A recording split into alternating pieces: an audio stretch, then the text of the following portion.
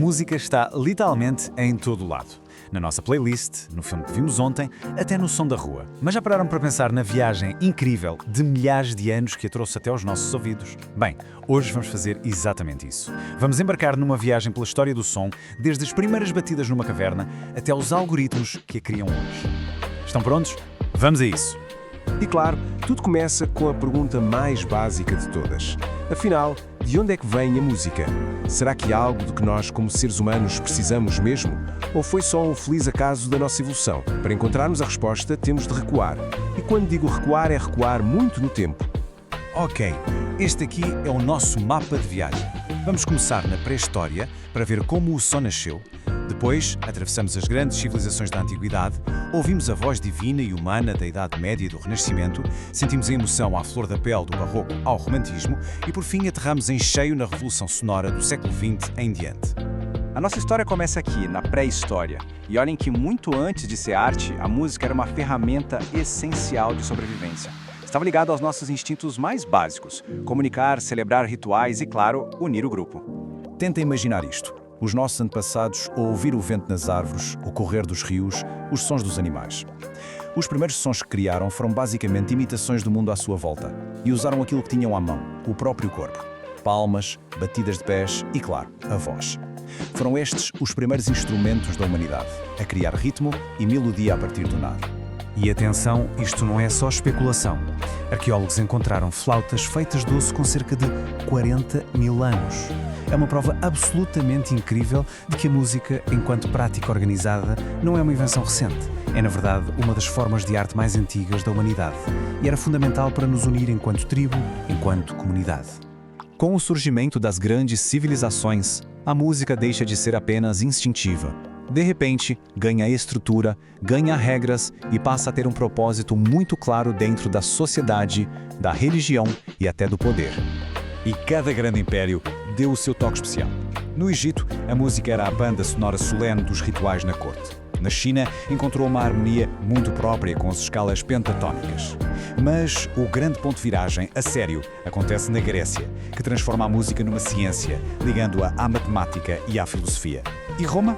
Bem, Roma pegou em todo este poder e usou-o para fazer marchar os seus exércitos e para criar espetáculos grandiosos. E agora, damos um salto no tempo para a Idade Média e o Renascimento. E aqui o foco da música, uau, muda completamente. Primeiro, é dedicada quase exclusivamente a Deus. Mas depois, lentamente, começa a virar-se para a experiência e a celebração do ser humano. O som que ecoava pelas imensas catedrais da Idade Média era este, o canto gregoriano. Imaginem, uma única voz, pura, a pairar no ar, sem qualquer instrumento. O objetivo não era entreter, era criar um espaço sonoro para a reflexão, para conectar e unificar toda a gente numa só fé. Mas a verdadeira revolução deste período, aquilo que mudou as regras do jogo para sempre, foi esta invenção, a notação musical. Graças a um senhor chamado Guido d'Arezzo, pela primeira vez na história, uma melodia podia ser escrita e partilhada, tocada exatamente da mesma forma em Paris ou em Roma. Foi o equivalente à invenção da imprensa, mas para a música. Permitiu que as ideias viajassem, fossem preservadas e, claro, evoluíssem. E, claro, a partir do momento em que se pode escrever música, o que é que acontece? A coisa torna-se mais complexa. A polifonia, que é esta arte de entrelaçar várias vozes, floresceu no Renascimento. É a passagem de uma única linha de som para uma autêntica tapeçaria sonora, muito mais rica e complexa, a refletir um novo foco humanista na beleza e na arte. Com a música agora escrita e cada vez mais complexa, o palco estava mais do que montado para a próxima grande era. A partir de 1600, a música torna-se o veículo perfeito para expressar as emoções humanas na sua forma mais pura e intensa, do drama grandioso do Barroco à paixão individual do Romantismo. E aqui o que vemos é quase uma batalha de estilos. De um lado temos o Barroco. Pensem em Bach, em Vivaldi, é tudo grandioso, dramático, cheio de detalhes e ornamentos.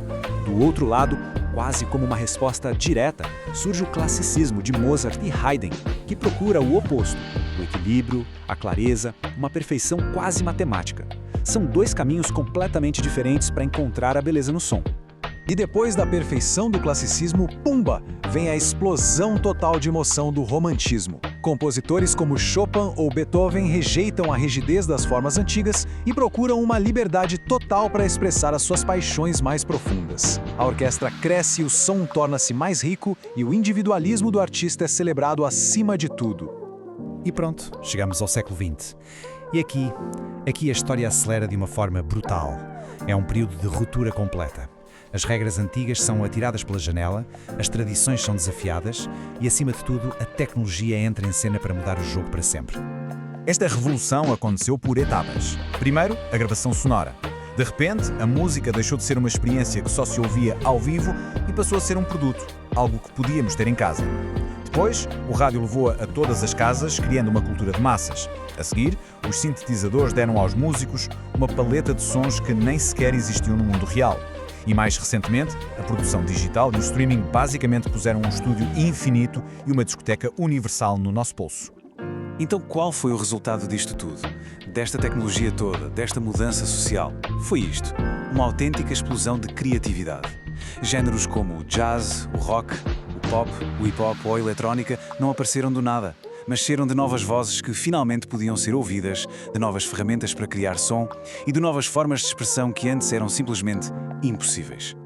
E se pensam que a revolução acabou, pensem de novo. Hoje, a grande força de transformação é, sem dúvida, a inteligência artificial. A IA já está a ser usada para compor, para ajudar na produção e até para nos recomendar o que vamos ouvir a seguir. Está a tocar em todos os aspectos da indústria. O que nos leva à pergunta final, e é uma pergunta gigante. Ao longo de 40 mil anos, a música foi um espelho da alma humana. E agora? Agora que temos máquinas capazes de criar, o que é que vem a seguir? Será a inteligência artificial uma ferramenta para expandir a nossa criatividade ou um substituto para ela? Essa é a pergunta que, muito provavelmente, vai definir o próximo capítulo desta incrível viagem sonora.